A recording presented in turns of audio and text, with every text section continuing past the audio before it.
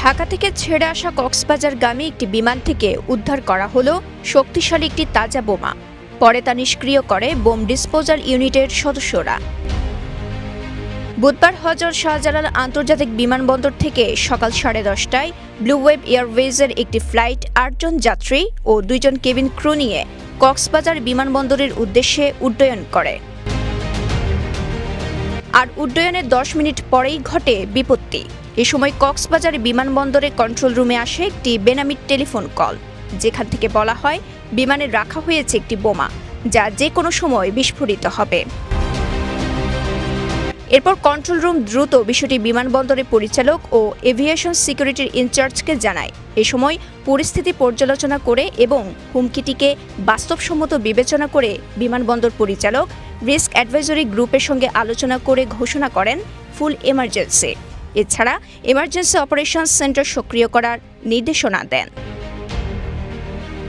পরবর্তীতে ইওসি বিমান বাহিনী, সেনাবাহিনীর র্যাব, পুলিশ, ফায়ার সার্ভিস ও সিভিল ডিফেন্স এবং মেডিকেল ইউনিট সহ অন্যান্য সংস্থাকে অবহিত করে এবং সমন্বয় কার্যক্রম পরিচালনা করে প্রায় 30 মিনিটের একটি রুদ্ধশ্বাস অভিযানের মধ্য দিয়ে বিমানে থাকা বোমাটি উদ্ধার করার পর এটি সফলভাবে নিষ্ক্রিয় করে বোম ডিসপোজাল ইউনিটের সদস্যরা।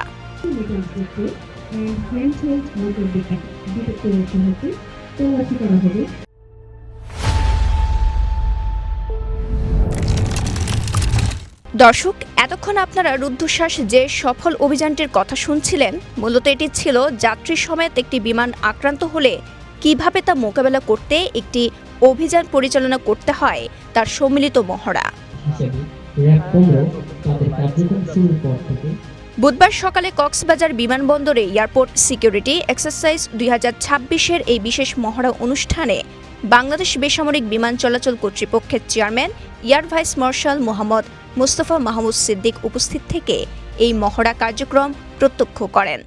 এই মহড়া আমাদের নিরাপত্তা কর্মীদের দক্ষতা বৃদ্ধির পাশাপাশি বিদ্যমান নিরাপত্তা পরিকল্পনার কোনো ঘাটতি থাকলে তা চিহ্নিত করতে সহায়তা করে। এটি মূলত সম্মানিত যাত্রীদের জন্য আন্তর্জাতিক মানের নিরাপত্তা ও সেবা নিশ্চিত করার একটি অঙ্গীকার।